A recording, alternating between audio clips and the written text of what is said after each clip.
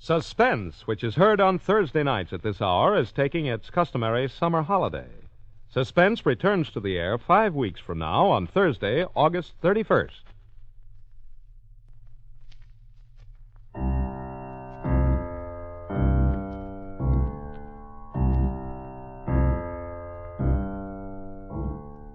Ladies and gentlemen, a $10,000 reward will be offered on the program immediately following this announcement.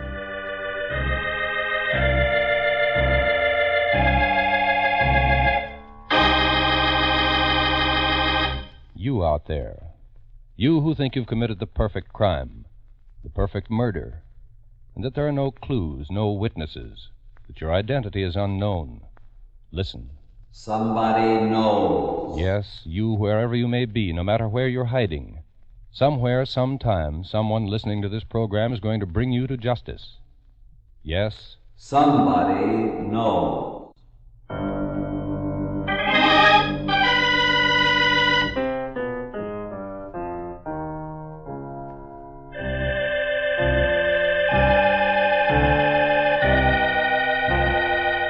The Columbia Broadcasting System presents Somebody Knows, a program conceived in the public interest, dedicated to aiding the forces of law and order in the solution of this nation's unsolved crimes.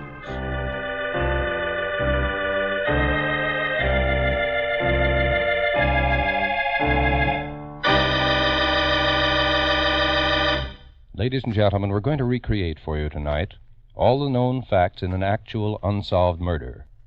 Somewhere, someone among you has had contact with the killer, or killers. Someone whose identity need never be known has seen evidence or possesses information that can lead to the solution of this crime. In the public interest, the Columbia Broadcasting System offers a $5,000 reward for information leading to the arrest and conviction of the killer in this unsolved murder. In tonight's case, in recognition of the efforts being made to apprehend her husband's killer, and hopeful of the results that may be obtained, Mrs. Madeline Christenson, widow of Frank J. Christenson, whose story we bring you tonight, offers an additional $5,000, doubling the original reward. This makes a total of $10,000 in rewards for information leading to the arrest and conviction of the killer or killers of Frank J. Christenson. We ask you then to please listen carefully, for you may be the one to win this reward. Somebody knows. It may be you.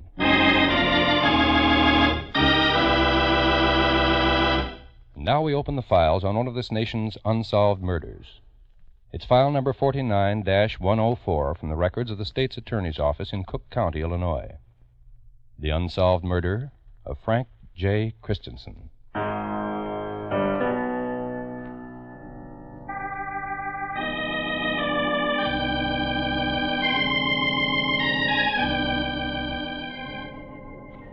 The recorder's ready? He is, Mr. Coroner. Have these proceedings read into the record. Yes, sir. Office of the Coroner, Cook County, Illinois.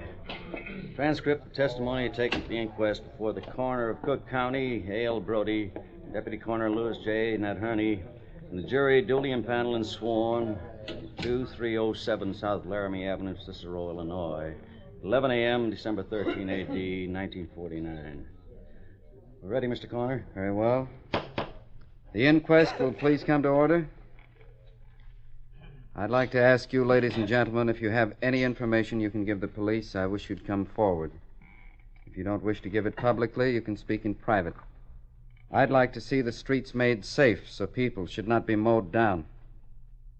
All right, I'll take the family history. Mrs. Christenson, will you please step up? Yes, Mr. Coroner. Swear the witness in. All right, Mrs. Christensen. Raise your right hand. Yes, sir. At 11 o'clock in the morning, December 12th, 1949, in the somber atmosphere of Raleigh's funeral home at 2307 South Laramie Avenue in the town of Cicero, state of Illinois, a man's life and death are being probed. Your residence, the life and death of a man named Frank J. Christenson. Yes. You are the widow of Under the skillful questioning of A.L. Brody, coroner of Cook County, many pertinent facts are being brought to light. Let's examine them in reference to the case which we're bringing you tonight.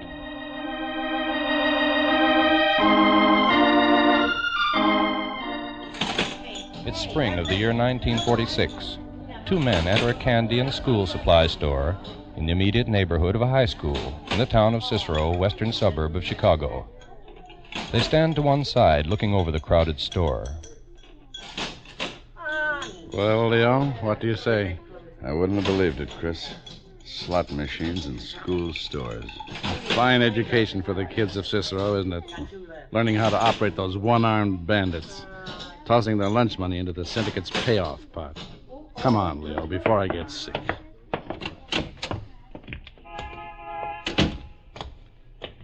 You know, that's not the only school store I've seen those machines in, Leo. They're spotted in dozens of them. What's it mean, Chris? You said the syndicate? Yes, it looks to me like the syndicate's moving back to Cicero. Something's got to be done about it. That's almost impossible. Where'll they get witnesses willing to stick out their necks far enough to testify? He's going to be crazy enough to put himself on a spot with the hoods from the syndicate.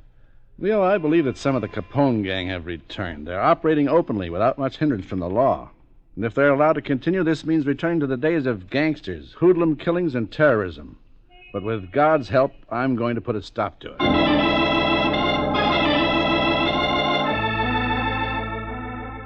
On August 26, 1946, as assessor and village board member, Frank Christenson forces the Cicero Town Board to call a special meeting in order to have a showdown on the gambling issue. An hour before the meeting is to convene, Frank Christenson's in his office, looking over the directive that he and Leo Kaspersky have prepared for the town board. He's almost finished when the door to his office opens. Christenson? Yes, that's right. What can I do for you? He's here. Come on in. Yeah, sure. You going to the town board meeting, Christenson? I am. Why do you ask? Planning on introducing that resolution you and Kaspersky cooked up about gambling? What's your interest in that? Maybe we don't want you should get yourself in trouble. Who sent you here? What difference does it make? Maybe you better just lay off. Well, if that's all you've got to Better say... listen, Christenson. Wouldn't do you or Kaspersky any good if it got out that you're both taking a payoff from the syndicate. That's a lie. Who cares? It could get out anyway. Wouldn't be so good for you, maybe, if it did. How about it, Christenson? Are we making sense? Some 30 minutes later, at the meeting of the town board in Cicero, Frank Christenson gives his answer to the two men who had paid him a visit in his office. That it was necessary to file a directive in order to have this board bring into the open the widespread gambling and operation of slot machines now taking place in Cicero. Every day, every one of you must have seen these slot machines in open operation. The board has received letters and complaints from mothers of young children, from the clergy, from employers. It's gone so far that the Chicago newspapers have printed lists with the names and addresses of handbooks and dice games operating in Cicero. Now, just a minute, Christenson, just a minute.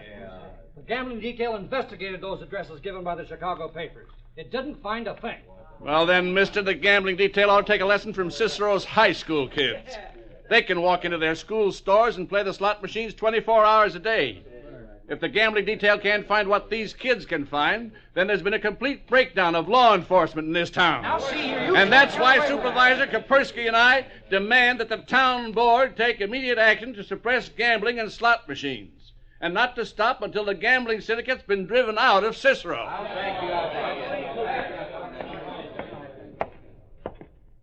With the bombshell of his demand still echoing through the meeting hall, Frank Christenson leaves the town board and returns to his office. Then, as he opens the door and enters... Hello, Christenson. I thought I told you two to get out of my office and stay out.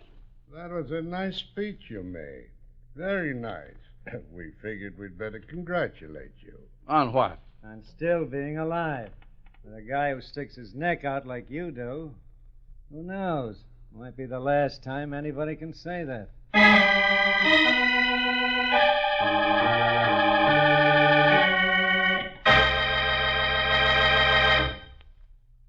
If you have a job to be done, try giving it to a physically handicapped worker. Your state rehabilitation agency has done a wonderful job of training disabled workers, many of them veterans, to do a specialized type of work in many different fields. When you hire a physically handicapped worker, you will do him a great service by boosting his morale, and you'll be doing yourself a good turn by acquiring a well-trained, efficient employee. The next time you need someone to do a good job, contact your state employment office and ask for a physically handicapped worker.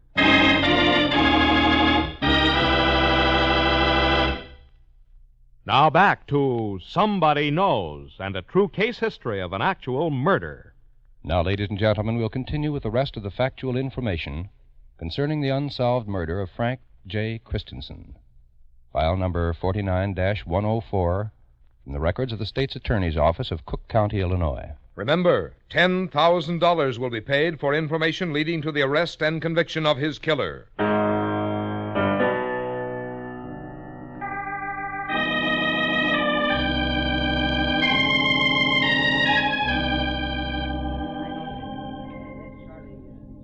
What is your name? Charles Cicero. You are a police officer of the town of Cicero? That's right. Town of Cicero. All right, officer, tell us what you learned. The coroner's from your inquest into the death of Frank J. Christenson continues. We have not A picture of the man grows clearer. The facts surrounding his battle for reform, for the eradication of gamblers, hoodlums, and gangsters in the town of Cicero, come more and more to light. For 2 more years, despite attempted frame-ups on bribery charges, despite threats made against his life, Frank Christenson continues his determined battle against crime. Then, in 1948, he refuses to run for a 3rd term as assessor. His stated reason: I'm retiring from politics. From now on, I'm going to devote my time to my private law practice and the real estate business. Frank Christenson opens a real estate office, and in partnership with Leo Kaspersky, forms the Boulevard Manor Corporation to develop a vast housing project in Cicero. However, he never for one moment stops openly fighting the gambling syndicate.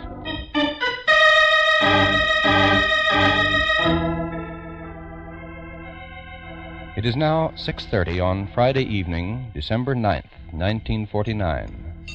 In the modest 4-room apartment at 1637 51st Avenue in Cicero, Frank Christenson and his wife, Madeline, are having dinner. Are you working again tonight, Frank? That's right, honey. Don't you think you've been working much too hard lately? Between your law practice and Boulevard Manor, you've been at it day and night. It's too much for one man. You know, you're making it sound so tough, you almost convinced me to drop some of it. I only wish I could. Do you really? No. No, I think I know pretty well what makes you tick, Frank. And I wouldn't want you any other way. Yeah, you'd better not. Well, anyway, it'll only be for a couple more days. Then we'll be off for the farm. And you know what those Tennessee vacations do for me. All right, Frank. I'll be good. Does that mean I can depend on your leaving the Novena services on time tonight and being home when I get here? Only if you promise to pick up the papers. Honey, you just made a deal.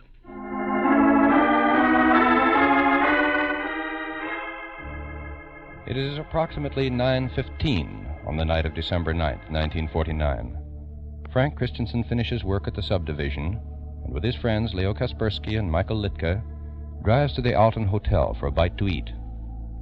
It's approximately 10 o'clock as they return to the development, and Frank Christenson says good night, gets into his own car, and drives away.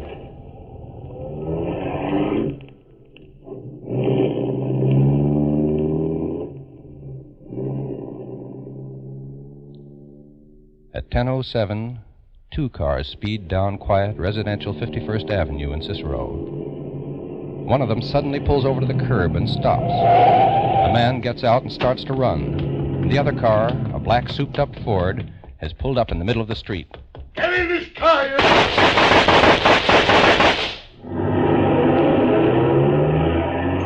At that moment, in the apartment of Mr. and Mrs. Joseph Mack, in-laws of Frank Christenson, at 1640 51st Avenue. Joe, were those shots? Well, I'll take a look outside,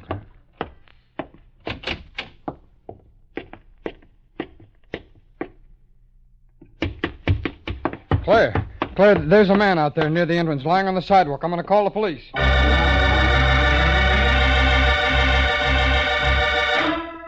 The minute this call is completed, Joseph Mack runs back outside. His wife stands at the window, watching, waiting for the police cars to arrive. She glances from time to time at the motionless figure lying near the vestibule. There's something about it that seems vaguely familiar. Then a dawning, growing certainty comes over her, and she runs to the phone.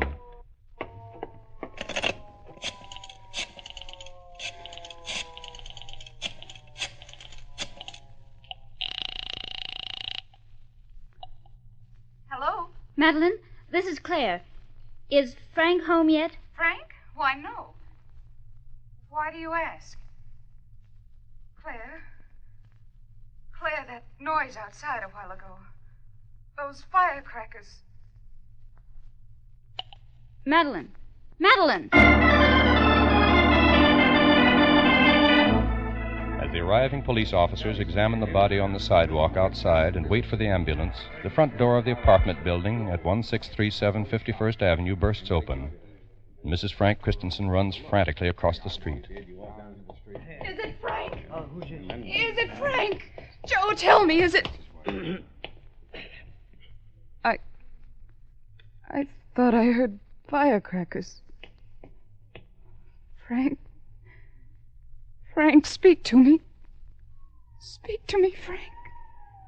Here comes the squad roll. We better get him to the hospital fast.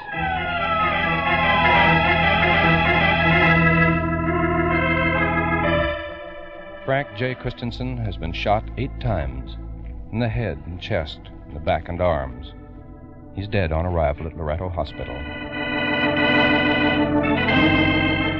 Meanwhile, the Cicero police dispatcher has notified the office of State's Attorney John S. Boyle in the criminal courthouse at 26th and California Streets in Chicago.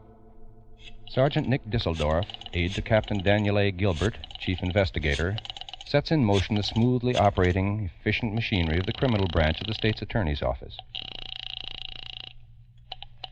Pearson. Hello, Charlie. Nick. I'd have known I'd get a call from you on a night like this. What is it and where? A shooting at 1640 51st Avenue in Cicero. Got it. No further details or identification given on the first flash. Okay, Nick. Rourke and I'll cover. When Sergeant Charles Pearson and Patrolman John Rourke arrive on the scene, they begin an immediate inquiry into the shooting. Assistant State's Attorney Edward Healy also arrives.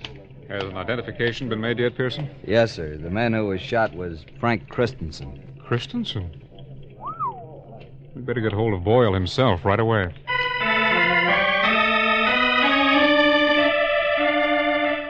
State's Attorney John S. Boyle is notified and arrives at the scene with his first assistant, Edward Breen. Captain Dan Gilbert and Sergeant Disseldorf also arrive. Within an hour, the State's Attorney has over a dozen men on the spot. The investigation into the killing of Frank J. Christenson begins.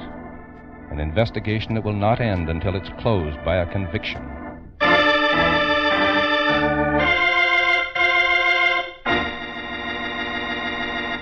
The following statements are obtained from 3 of Frank Christenson's friends and associates. They're of extreme interest to the State's Attorney's office. The first is given to Assistant State's Attorney Edward Healy by John C. Stoffel. Stoffel said that last year, during the summer of 1948, 2 swarthy men in a car curbed his auto on the 52nd Avenue overpass. One of them, carrying a pistol, jumped from the car and yelled at him, "Get out of the car, you." Stoffel said he quickly threw his car into reverse, backed off the overpass, and got away.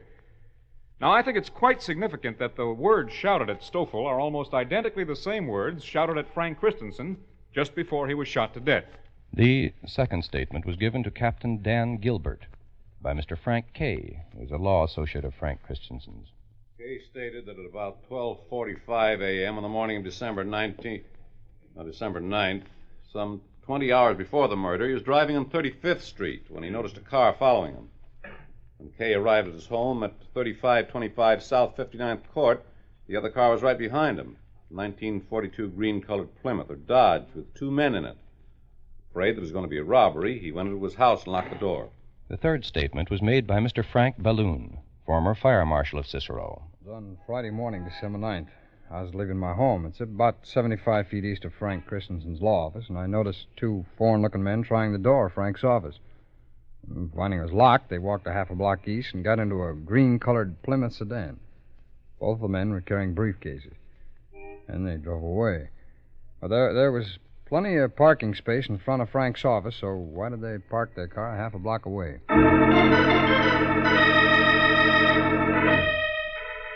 At 5 p.m., Saturday, December 10th, a man telephones Captain Gilbert. He says that he has some information regarding the death of Christenson. Sergeant Pearson leaves immediately to pick him up. Look, I don't want to get in no trouble. It didn't mean nothing to me until Christenson's murder, and then I figured I'd better let you know, but I don't want to get in no trouble. Don't worry. We're just as anxious to conceal your name as you are. We'll call you, Smith. What's your story? Well, about the end of October, or maybe it was the first week in November, I was at Mike Litke's tavern. Leo Kaspersky was there, too, talking business with Mike. It was about 11 in the morning. There was two guys sitting at the end of the bar, not 6 feet from me, and I got a good look at both. The two men Smith is describing are swarthy in appearance, foreign-looking, as he puts it. Both wear gray fedoras and dark overcoats. Both are about 5 feet 8 or 9, between the ages of 35 and 40, and weigh 190 to 200 pounds. Then Leo Kaspersky, who knows Smith, walks over to him. I thought that was you sitting there. Oh, hello, Mr. Kaspersky. I'm leaving now. If you're going my way, I can give you a lift. Hey, I'll take you up on that. Fine. Come right along. Smith rises and starts to follow. Then he notices that the two men seated at the end of the bar are staring after Kaspersky intently. And as he passes them, he hears... We'll have to get rid of them, too, and I'll tell you why. Did you say anything to Kaspersky about what you'd heard, Smith?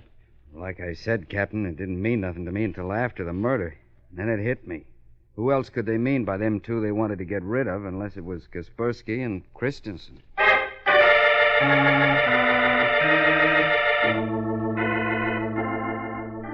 The intensive investigation into the death of Frank Christenson is pursued relentlessly by the state's attorney's office, the Cicero police under Chief Chris Rooney. But no clear motive for his killer can be ascertained, no suspects uncovered, no clues as to the possible identity of his slayer or slayers.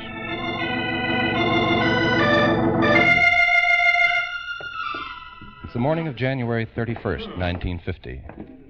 In the matter of the inquest on the body of Frank J. Christenson, the coroner's jury is returning to the box after having retired and deliberated on their verdict. Have you, gentlemen of the jury, agreed upon your verdict? We have, sir. We find that the said Frank Christenson came to his death on the 9th day of December, A.D. 1949, from multiple gunshot wounds. Said wounds received from the pistol or revolvers held in the hands of two unknown persons. From the testimony presented, we, the jury, find said act to be murder and therefore recommend the police to apprehend said unknown persons, and when apprehended, they be held to the grand jury until released by due process of law. Is that your verdict, gentlemen? Yes. Sign the verdict, and that'll close the inquest.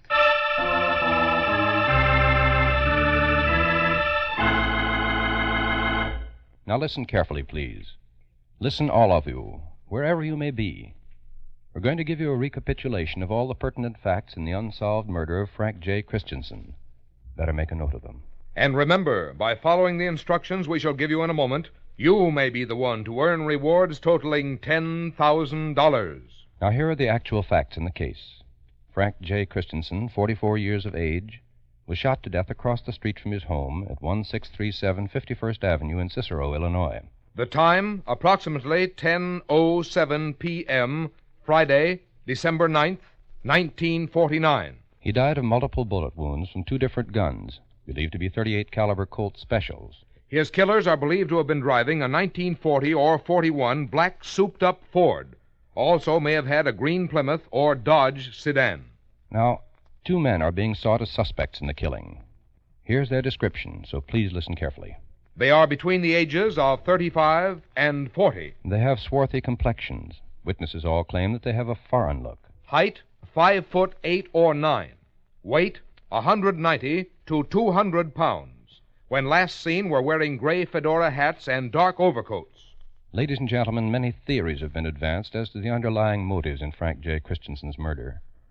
Here's the opinion expressed by Assistant State's Attorney Edward Healy, who, in cooperation with Sergeant Charles Pearson and Patrolman John Rourke, is still officially working on the case.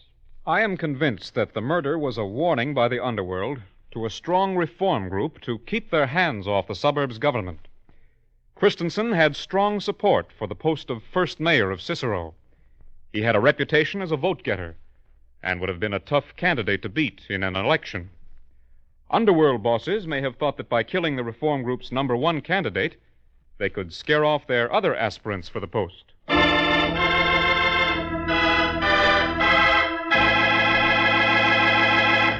Ladies and gentlemen, if any of you possesses information, and please don't send guesses or hunches, but actual, authentic information, follow these instructions so that your name and identity need never be made known unless you wish. Now listen very carefully. Write your information on a plain sheet of paper. Do not sign your name. Instead, sign it with 6 numbers, any arrangement of any 6 numbers. Then tear off a blank corner of that paper with a ragged edge. Write the same 6 numbers on that corner and keep it. Mail the rest of the paper with the information to Somebody Knows, Hollywood, California. You need tell no one what you have done. Mail your letter to Somebody Knows, Hollywood, California. And if the information you've supplied leads to the arrest and conviction of the killer or killers of Frank J. Christenson, we'll announce your signature number on this program. Then, if you don't want your name to be known, go to your lawyer or your doctor, your priest, minister, or rabbi, and have him present the torn corner of the paper to any CBS station. In this way, you won't have to appear in person. If the torn corner matches the original paper containing the information, the $10,000 in rewards will be yours. Remember, you, wherever you are, you whose name need never be known, you may earn a reward of $10,000.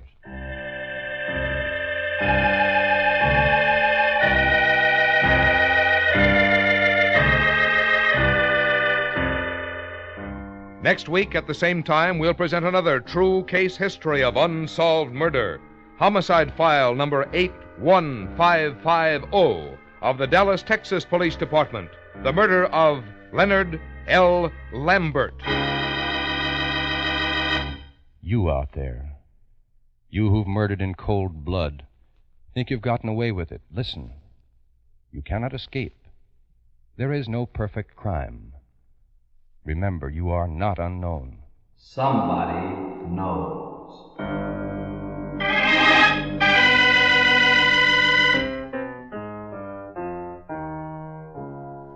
Tonight's case was written by Sidney Marshall from information in the files of the State's Attorney's Office of Cook County, Illinois. Research was by Maurice Zimm.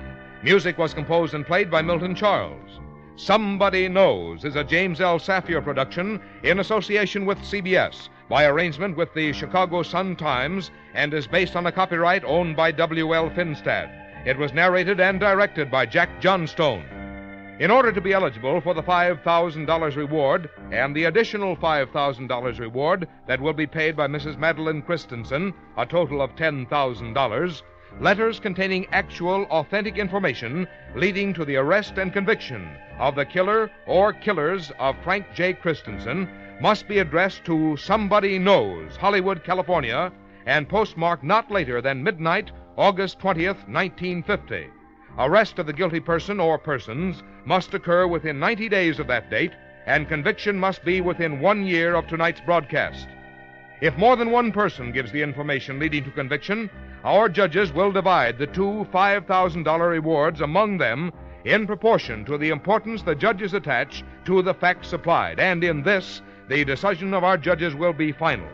Until next Thursday at the same time, this is Frank Goss saying good night, and remember, somebody knows. You'll always experience a top-rating thrill when Casey, crime photographer, embarks on a new adventure each Thursday night on CBS. Casey, crime photographer, is the man who uses his news camera instead of a gun when a criminal's at large. And often enough, his girlfriend Anne and his slow-talking pal Ethelbert fog up his plates more than the criminals do. For the fast action and lively dialogue of crime photographer, stay tuned, for Casey comes along immediately on most of these same CBS stations. This is CBS, the Columbia Broadcasting System.